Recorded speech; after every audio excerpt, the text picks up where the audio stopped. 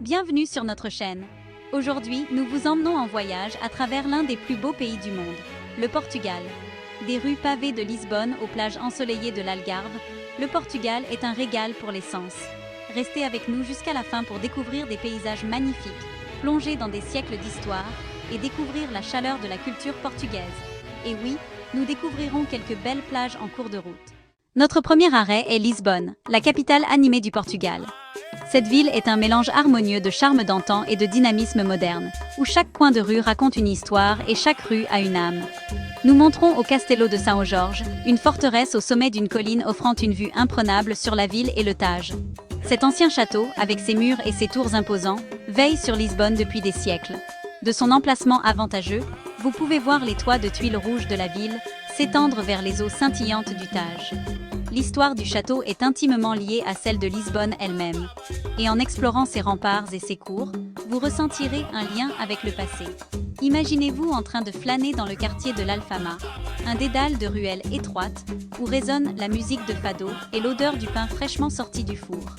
Le quartier de l'Alfama est l'un des plus anciens de Lisbonne, et ses rues labyrinthiques témoignent de la riche histoire de la ville. En vous promenant, vous entendrez les accents mélancoliques du fado, un genre musical traditionnel portugais qui capture l'essence du désir et de la nostalgie. L'arôme du pain fraîchement cuit et des pâtisseries flotte dans l'air, vous invitant à vous arrêter dans une boulangerie locale et à savourer les saveurs de Lisbonne. Un autre incontournable est le monastère des Hieronymites, un chef-d'œuvre de l'architecture manueline qui témoigne de l'âge des découvertes du Portugal. Ce magnifique monastère, avec ses sculptures complexes et ses détails ornés, est un site du patrimoine mondial de l'UNESCO et un symbole de l'héritage maritime du Portugal. Construit au XVIe siècle, le monastère des Hieronymites a été commandé pour commémorer le voyage réussi de Vasco de Gama en Inde. En parcourant ses salles grandioses et ses cloîtres, vous serez transporté à une époque où le Portugal était une puissance mondiale de premier plan, explorant de nouveaux mondes et élargissant ses horizons.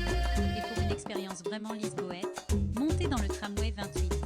Ce tramway jaune emblématique traverse le cœur de la ville, vous donnant un aperçu de la vie quotidienne.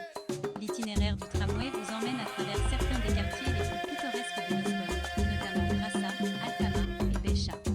En cours de route, vous passerez devant des sites historiques, des marchés animés et des places charmantes. Les intérieurs en bois et le design vintage du tramway ajoutent à l'atmosphère nostalgique, ce qui en fait un moyen agréable de découvrir la ville. Avant de quitter Lisbonne, nous nous laisserons tenter par un pastel de nata, une tarte à la crème anglaise qui est une tradition locale. Cette délicieuse pâtisserie, avec sa coupe feuilletée et sa garniture riche et crémeuse, est un incontournable pour tout visiteur à Lisbonne. Le pastel de nata a une histoire riche, puisqu'il est né au XVIIIe siècle au monastère des Hieronymites. Aujourd'hui, vous pouvez trouver ces délicieuses tartelettes dans les boulangeries et les cafés de toute la ville. Accompagnez-la d'une tasse de café portugais fort et vous aurez la fin parfaite de votre aventure lisboète. Nous explorerons également de magnifiques paysages forestiers et pluvieux au Portugal, mettant en valeur la beauté naturelle de ce pays incroyable. Ensuite, nous nous dirigerons vers le nord jusqu'à Porto, une ville chargée d'histoire et connue pour son vin de Porto du même nom. Porto, souvent appelée Oporto par les habitants, est une ville qui marie à merveille l'ancien et le nouveau. Son riche patrimoine culturel est évident à chaque coin de rue, des anciennes rues pavées aux installations d'art moderne qui parsèment la ville. La ville n'est pas seulement tournée vers son passé, c'est une entité vivante et dynamique qui continue d'évoluer tout en honorant ses racines. Ici, le Douro se jette dans l'Atlantique, ses rives bordées de maisons colorées et de caves historiques de vin de Porto.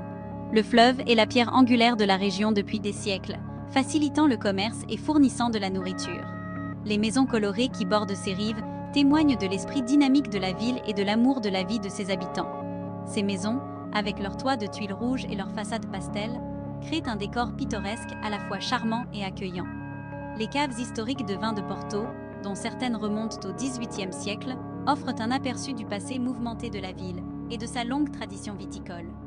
Nous descendrons le fleuve à bord d'un bateau traditionnel appelé Rabelo, en passant sous l'emblématique pont Dom Luís Ier.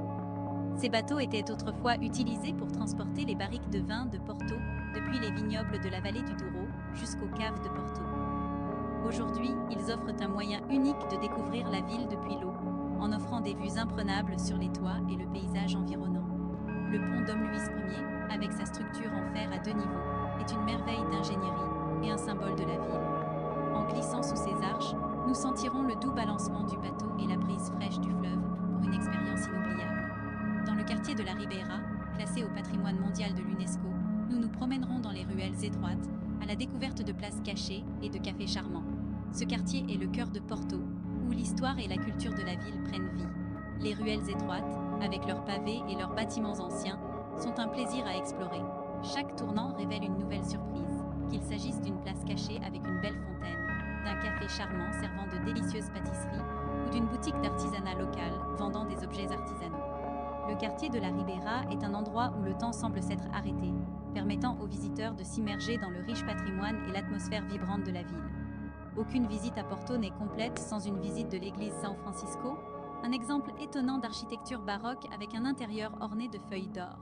Cette église, avec ses sculptures complexes et ses décorations opulentes, témoigne des prouesses artistiques et architecturales de la ville. L'intérieur, recouvert de plus de 400 kg de feuilles d'or, est un spectacle à voir. Les autels ornés, les statues dorées et les boiseries détaillées de l'église créent un sentiment d'admiration et d'émerveillement. En entrant, nous serons transportés dans une autre époque, où l'art et la foi étaient étroitement liés, et où chaque détail était conçu avec soin et dévotion. L'église São Francisco n'est pas seulement un lieu de culte, c'est un chef-d'œuvre qui reflète le riche patrimoine culturel de la ville et son héritage durable. Maintenant, dirigeons-nous vers le sud, vers l'Algarve, la côte ensoleillée du Portugal.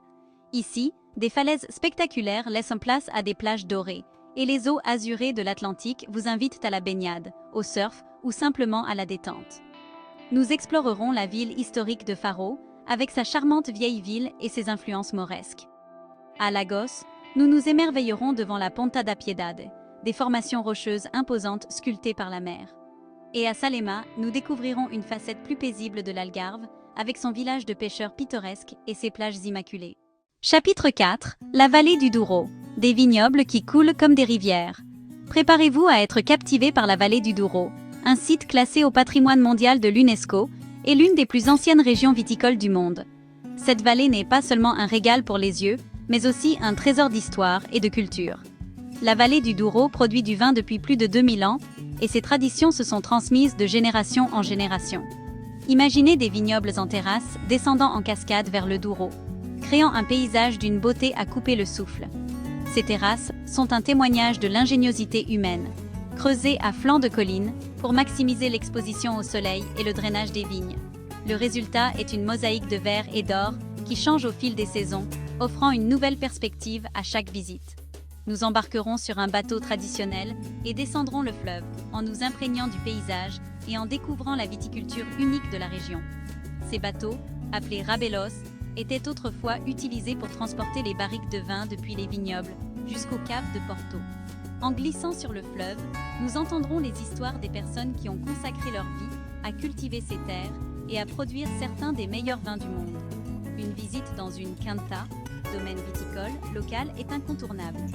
Ces domaines familiaux sont le cœur et l'âme de la vallée du Douro, chacun ayant sa propre histoire et son propre charme.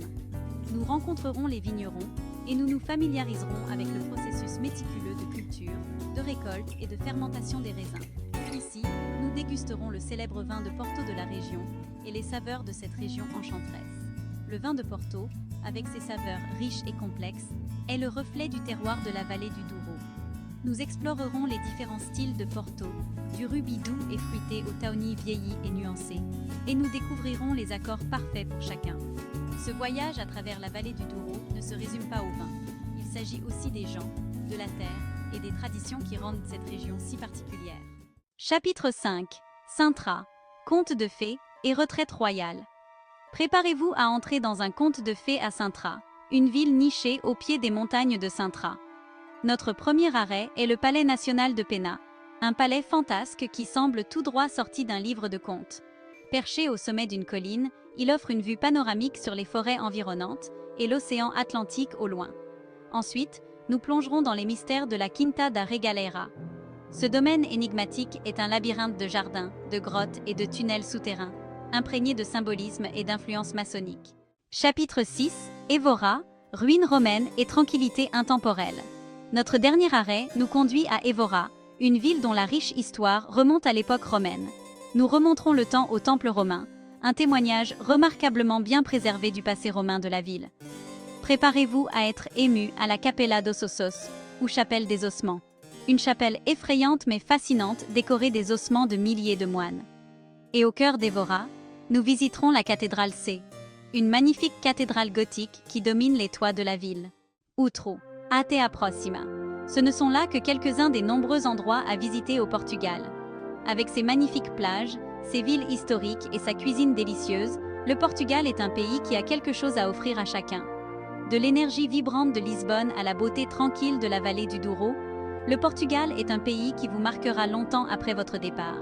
N'oubliez pas d'aimer, de vous abonner et de cliquer sur l'icône de la cloche pour rejoindre notre chaîne et découvrir d'autres contenus de voyages étonnants. Merci de votre attention et à bientôt dans la prochaine vidéo.